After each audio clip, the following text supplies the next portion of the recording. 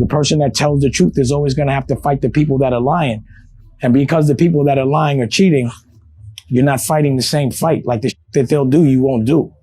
So how do you protect yourself? It's not business if there's not problems. There's nothing good without struggle. It just doesn't happen. It's about perspective. What I learned from it, how I choose to look at it. Need motivation? Watch the top 10 with Believe Nation. Top 10, I got a top 10. Got my motivation high for my top 10. Gotta learn from the wise women and men. All my life, like nah, nah, nah, nah. For my top 10, top 10, nah, nah, nah. This one's for my top 10. Hey, it's Evan Carmichael, and I make these videos because chances are you are the most ambitious person in your circle, but you know you're capable of more. And you get that push by surrounding yourself with the best. So today, let's learn from one of the best, Damon Dash, and my take on his top 10 rules to success. Enjoy. Okay, let's kick it off with rule number 1. Be extra strong. I think when you have consciousness, you become responsible, you know? And I think the truth is a heavy burden because usually the truth teller gets crucified like Jesus. You know, the person that tells the truth is always gonna have to fight the people that are lying. And because the people that are lying are cheating, you're not fighting the same fight. Like the that they'll do, you won't do. So how do you protect yourself? You gotta be extra strong. You gotta be like Batman. You gotta be like a superhero, but looked at as a criminal. It's a life you gotta choose. And that's the life that I did choose because life has been so easy for me. I've had so much fun every second. I've benefited and monetized my everything that I love at every time. You know, I'm 47 years old. I'll be 47 in May. What else should I do? You know what I'm saying? Like, and plus, I don't like the people that are taking advantage in front. And I think they're soft. And I want everybody to know. So that's why I call out names like Leor Cohen and Charlie Wack and Barry, what's it? Thank you, right? Barry Clawberg, you know, Steve Stout. All of those people that I feel have done that and have really taken advantage, I think I don't want other people to get taken advantage of. So that's like, if you see a child molester in the neighborhood, it's your responsibility to say, yo, don't have your kids around them. And I love my culture like they're my children. They're not my children. I'm not being that cocky, but we all family. So I'm gonna look out for my cousins and my family at all times. Rule number 2, appreciate opportunities. If you had to sum up your message about life, what would you say? I mean, you know, my name is Dame Dash, right? And what does the dash in between the beginning of when you born, you die, that dash, that's the life, that's your life. So I think we're here to live, we're here to learn. You know, we're not here to be perfect. We're supposed to embrace all our imperfections. And I think if we find and can imagine the bright side in anything, that will become a reality. But you can't think anything's gonna be given to you other than opportunity. And the only way to show appreciation for opportunity is to react. Not to say thank you, but to actually do something. And not everyone gets opportunities. So I think appreciating those opportunities is really important because the next time those opportunities will not be presented. And I think every single day for everybody, there's a lesson, there's a test. And if you don't pass the test, you do not move forward. You stay in the same place. And then that test becomes a little harder. And if you don't pass it again, you actually go backwards. And then instead of the test being in front of you, where you could look at the test, it's in back of you and it's smacking the shit out of you in the back of your head and it hurts and it's embarrassing. So I always advise people to look out for those tests, not the ones when people are looking, just when no one's looking. Rule number 3, don't be a culture vulture. Define the culture vulture thing. It's someone that exploits a culture and benefits from a culture that it doesn't help. You know, period. That it just hurts and it just sucks out everything from it, but it could give a fuck about it. That's a culture vulture. You know? And it happens more times than not. I mean, it's all over the place. Well, creative people usually aren't so worried. Well, creative people usually aren't so worried about monetization. You know, they want to pay their bills, but non-creative people are solely making money off of a creative. And they don't get the creative people. And it means they kind of have to rob them. Rule number 4, think like a plug. I first got record deals and I didn't like the experience of it. You know, they were telling me it didn't work out. And I had Jay-Z, and I was shopping Jay-Z. And every single person in the music business, I took him to every single label, and they told me he was too old, too corny, nothing, just damn near laughed me out. Every one of them could not see where he was. So we had to do it ourselves. Sure. So off top, we kind of, because when you're the plug in the street, you think like the plug everywhere. Yes. So I'm thinking, who's the boss here? Who do I need to talk to? There is no boss in corporate because no one really owns it. It's public. So I was like, I got to do this on my own. So we did it on our own.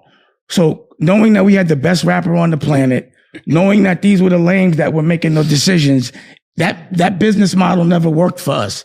So we decided to make our own business model and do it on our own, where we never had to compromise any integrity or compromise of equity. Also, if you want to have more self-belief and more self-confidence, I've created a special free program where every day for the next 254 days, I will send you an unlisted video to help you boost your self-belief and self-confidence. The link to join for free is in the description below. And the one thing you have to really never do is compare yourself to other people. Absolutely. That's the one thing you can't do is judge your success to someone else's. I never wanted to be a part of a crowd. I always wanted to be an individual. I hated when everybody looked the same. So it was corny to me to like something because somebody else liked it. So I was like that guy that was like, if you like it, I'm not going to like it. Rule number 5, learn from failures. I would love to know what your outlook is when you, in your past, have had a setback. How do you I've never had a setback but death.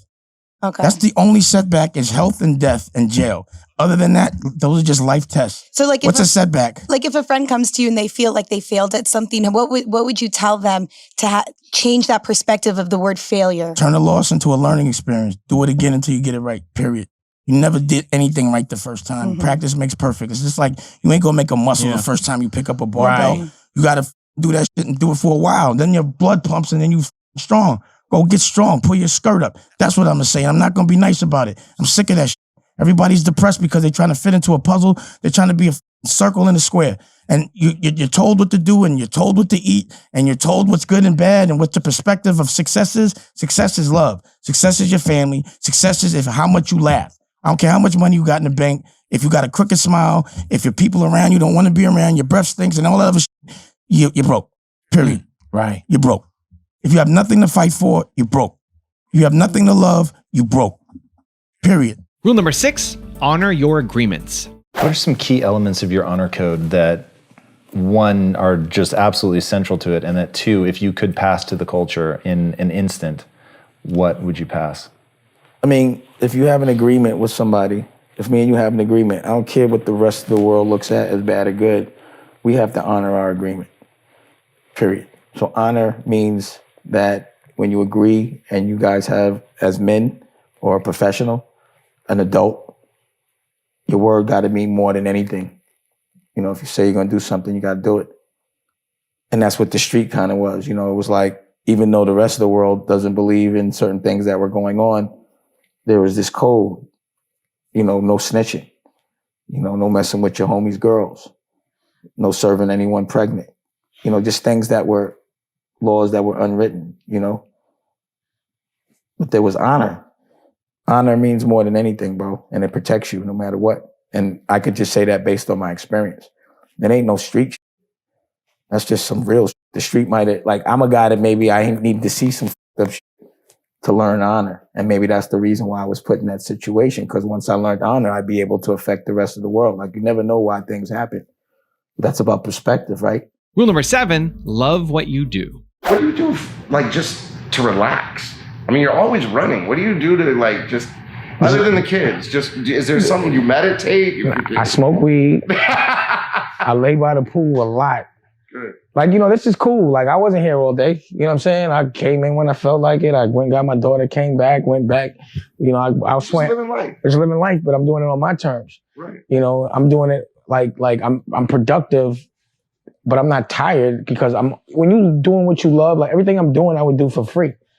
Like, I'm lucky enough that I can monetize what people do for recreation. You know what I'm saying? So how could I ever complain and be tired? I'm having way too much fun to be tired.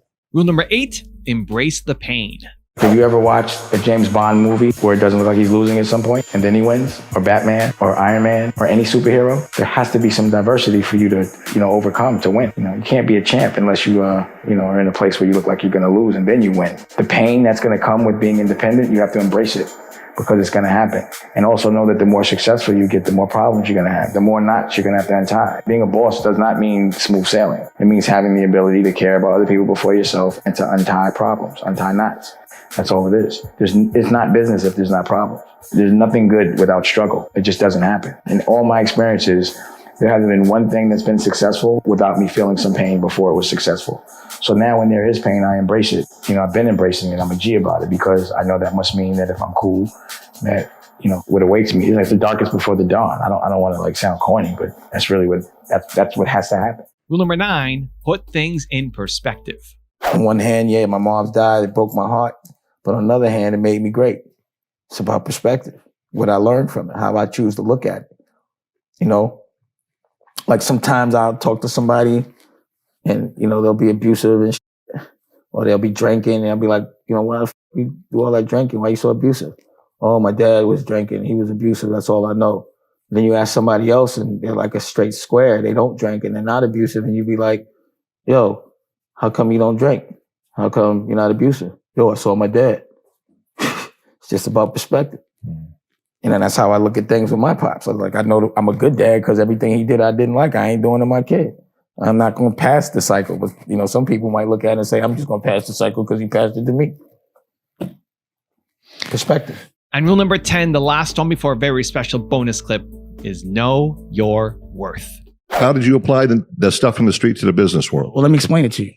So when you deal with a bunch of people that are tamed and you're a wild animal, you get in a room, you laugh at them. You don't be scared of them. I always thought they were a joke because I had executed business under a different circumstances. So I always thought they were funny.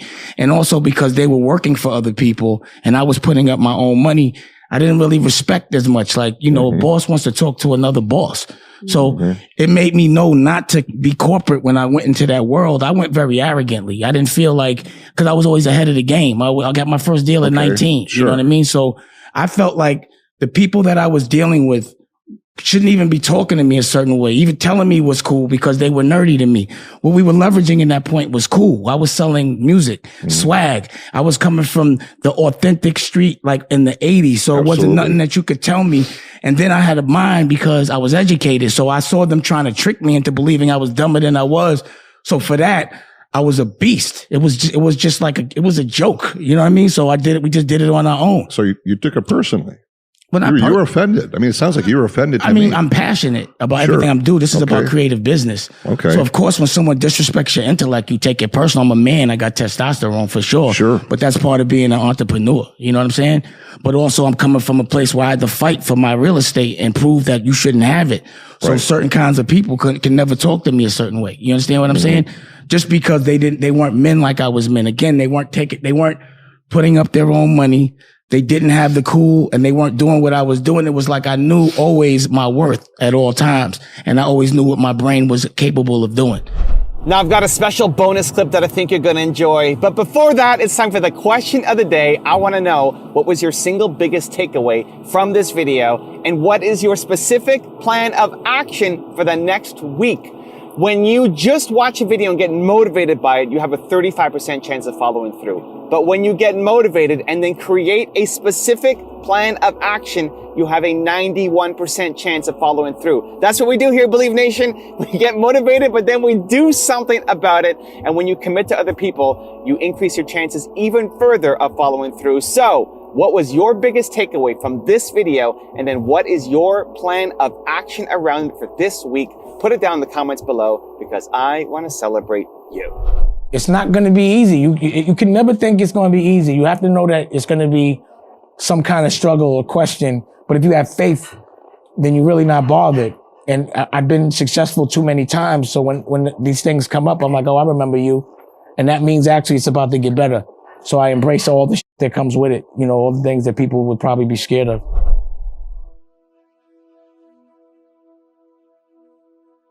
If you want another amazing video with the one and only Dame Dash, check it out right there next to me. I think you'll enjoy it.